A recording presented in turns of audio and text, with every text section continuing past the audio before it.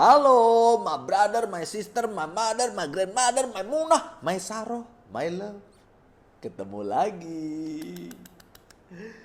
Hari ini filternya bibirku jadi pink.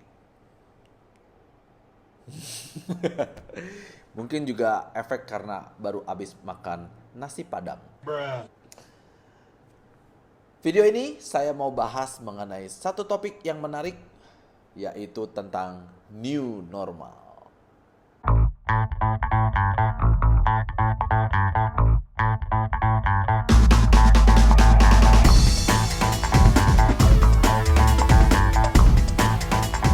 Jadi sebetulnya video ini merespons komentar dan pertanyaan dari teman kita, Mario Hermanus.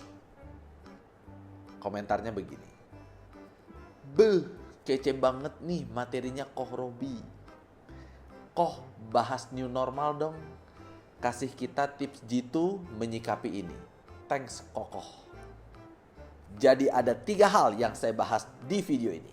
1. Apa itu new normal?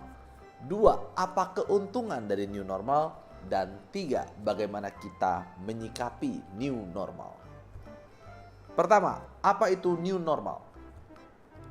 Menurut Ketua Tim Pakar Gugus Tugas Percepatan Penanganan COVID-19, Wiku Adhisasmita menyatakan new normal adalah perubahan perilaku untuk tetap menjalankan aktivitas normal, namun dengan ditambah menerapkan protokol kesehatan guna mencegah terjadinya penularan COVID-19.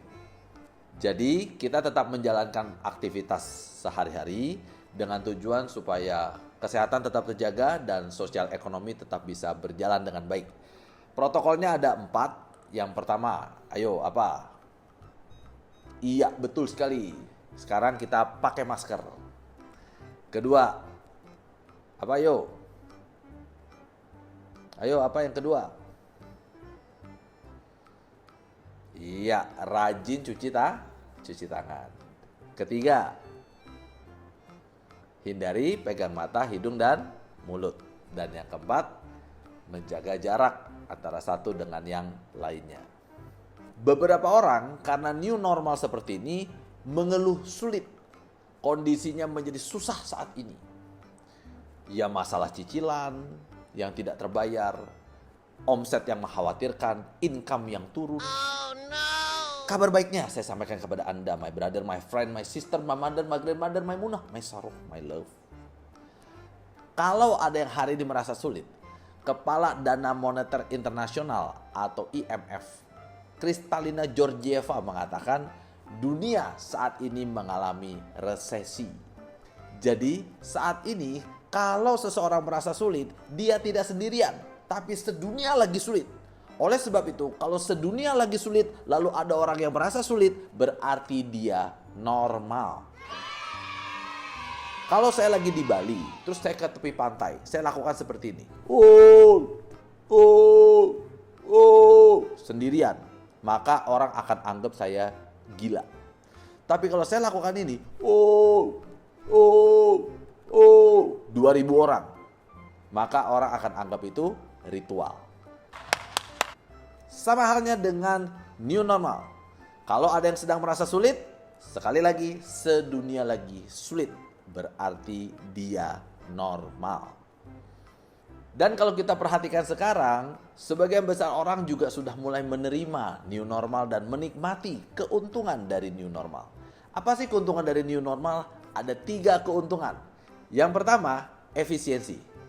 Dulu waktu meeting harus mempertimbangkan juga waktu berangkat, waktu di tempat meetingnya, kafe misalnya, dan waktu pulangnya. Belum lagi resiko di jalannya. Belum lagi ketika Anda mau meeting minta wifi, passwordnya pesen kopi dulu dong. Nah, artinya Anda harus mengeluarkan lebih banyak waktu dan juga mengeluarkan lebih banyak uang untuk menjalankan satu meeting. Kalau sekarang jelas lebih efisien. Anda mau meeting, semua meeting dari rumah. Jam berapa tentukan, misalnya Zoom meeting. Jam 1 start, ya udah jam 1 start langsung meeting, paling setengah jam sudah selesai. Beres. Efisiensinya lebih tinggi. Dan nggak perlu order, makanan semua bawa sendiri dari rumah masing-masing. Sama seperti halnya saya seorang pembicara. Hari ini saya diundang Zoom meeting, maka panitia hari ini tidak perlu direpotkan untuk menyiapkan penerbangan, transportasi. Tidak perlu menyiapkan juga hotel, lalu tidak perlu menyiapkan makanan. Saya di rumah bawa makanan dan minuman sendiri. Efisiensi. Kedua, otomatis produktivitas meningkat karena orang bisa lompat dari satu meeting ke meeting yang lain hanya dalam waktu sekejap. Beberapa teman-teman yang di insurance dulu kalau satu hari hanya bisa prospek mungkin 5 orang, 10 orang sudah hebat luar biasa. Kenapa? Karena mereka punya tantangan waktu dan juga punya tantangan jarak untuk berpindah dari satu tempat ke tempat yang lain. Tapi hari ini satu orang ada yang bisa prospek sampai 25 orang per hari. Why? Karena efisiensi dari tempat dan efisiensi dari waktu. Sekarang si agen asuransi itu bisa memprospek seluruh orang di Indonesia. Kenapa? Karena perilakunya sudah siap. Saya percaya video conference ini sudah ada sejak lama, tapi baru sekarang ini karena ada corona, orang jadi rame-rame menggunakan video conference. Kalau nggak karena corona, saya kira orang diajak video conference hari ini belum tentu mau, belum tentu siap untuk berubah. Tapi kalau hari ini justru menarik, orang diajak ketemu malah nggak mau karena takut kena corona. Malah orang mintanya video conference, maka produktivitas jadi meningkat. Ketiga, life balance. Karena work from home, maka waktu bisa ditata dengan lebih baik. Jumlah waktu untuk ketemu dengan keluarga lebih banyak, bisa ngobrol dengan pasangan, quality time dengan anak. Juga beberapa orang mengaku mereka bisa lebih rajin untuk beribadah. Sholatnya jadi lebih rajin, sekarang jadi bisa meditasi. Sebagian orang juga mengatakan bahwa olahraga jadi rutin. Ada yang bilang turun 5 kilo, turun 8 kilo. Tapi yang naik 8 kilo juga banyak. So my brother, my sister, my mother, my grandmother, my munah, my sorrow, my love. Kalau kondisinya seperti saat ini, yang membedakan antara satu orang dengan orang yang lain hanya di masalah responsnya aja. Bagaimana seseorang merespons keadaan tersebut, itulah yang akan membedakan apa yang terjadi pada dirinya dan kehidupannya. Jadi bagaimana cara kita menyikapi new normal? Ada 4 hal yang bisa kita lakukan, saya singkat PUBG. Tapi kita bahas dari G-nya dulu. Apa itu? G. G-nya adalah ganti kacamata. Pak Ari Ginanjar mengatakan bahwa ada yang namanya kacamata lebah, ada yang namanya kacamata lalat. Lalat mau ditaruh di taman bunga sekalipun, dia tetap akan melihat sampahnya. Sebaliknya lebah, meskipun diletakkan di tempat sampah, dia tetap akan menemukan madunya. Artinya apa? Di dalam kondisi apapun juga, mau new normal kek, normal kek, abnormal kek, oh itu waru. Terserah teman-teman Bapak Ibu. Sepanjang seseorang menggunakan kacamata peluang, maka dia tetap akan bisa melihat peluang dalam situasi apapun juga. Karena apa? Karena jam yang rusak pun masih menunjukkan waktu yang tepat 2 kali dalam 1 hari. So, gunakan kacamata peluang, terbuka untuk peluang baru, dan terbuka untuk cara-cara yang baru. 2. B. Berani melakukan explore hal-hal yang baru. Pada sebuah seminar, seorang peserta bertanya pada founder Facebook, Mark Zuckerberg. Mark, Anda begitu muda sudah begitu sukses. Tolong dong kami dikasih tahu. Apa sih kesalahan-kesalahan yang harus kami hindari? Dan Mark Zuckerberg menjawab, tidak ada satu kesalahan pun yang perlu dihindari. Semua kesalahan hanya perlu dilakukan. Dan belajarlah dari kesalahan tersebut. Saat lagi new normal seperti ini merupakan saat yang paling tepat buat Anda dan saya meningkatkan kapasitas diri untuk belajar hal-hal yang baru. Saya percaya Anda semua pasti sudah jago untuk create income dengan cara yang lama. So, apa salahnya kalau kita tambahkan dengan cara yang baru?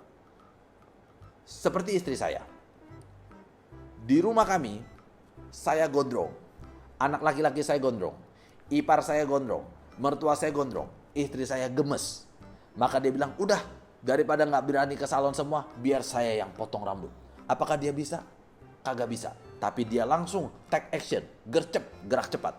Ambil gunting kertas. Maka diguntinglah rambut kami satu persatu. Dan luar biasa hasilnya. Sangat mengecewakan. Tapi dia tidak menyerah. Dia berani bikin salah. 2 minggu kemudian rambut sudah mulai agak panjang. Dia potong lagi. Dan hasilnya pitak sana, pitak sini. Tapi dia tidak menyerah. Akhirnya pakai alat cukur jenggot, pakai buat potong rambut. Hasilnya mulai bagus. Tapi gunting panjang pendeknya masih belum dapat, maka beli gunting khusus. Gunting. Dan teman-teman, lihat rambut saya hari ini. Ini hasil karya dari istri saya, my brother. Sudah canggih dia sekarang potong rambut, sebentar aja langsung selesai. Why?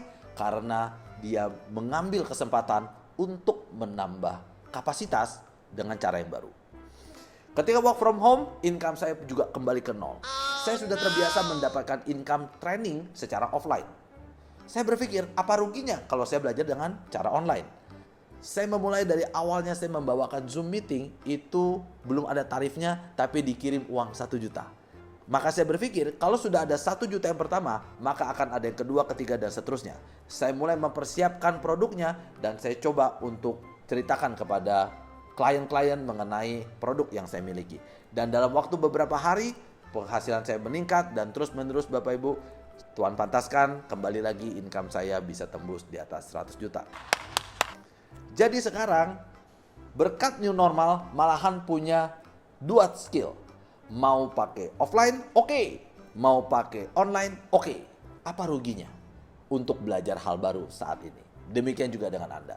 Bisnis Anda sudah bisa dijalankan dengan offline, very good. Sekarang mari kita tambahkan lagi dengan cara online. Jadi Anda bisa main dengan cara yang lain. 3. Ubah lingkungan. Ada 2 hal mengenai lingkungan. Yang pertama adalah lingkungan bergaul Anda dan saya. Pastikan Anda bergaul dekat dengan orang-orang yang saat ini positif dalam kondisi new normal. Mainlah dengan yang memiliki mata-mata lebah juga, yang ingin mendapatkan peluang dan juga ingin maju dalam kondisi new normal. Yang kedua, lingkungan dari target pasar Anda.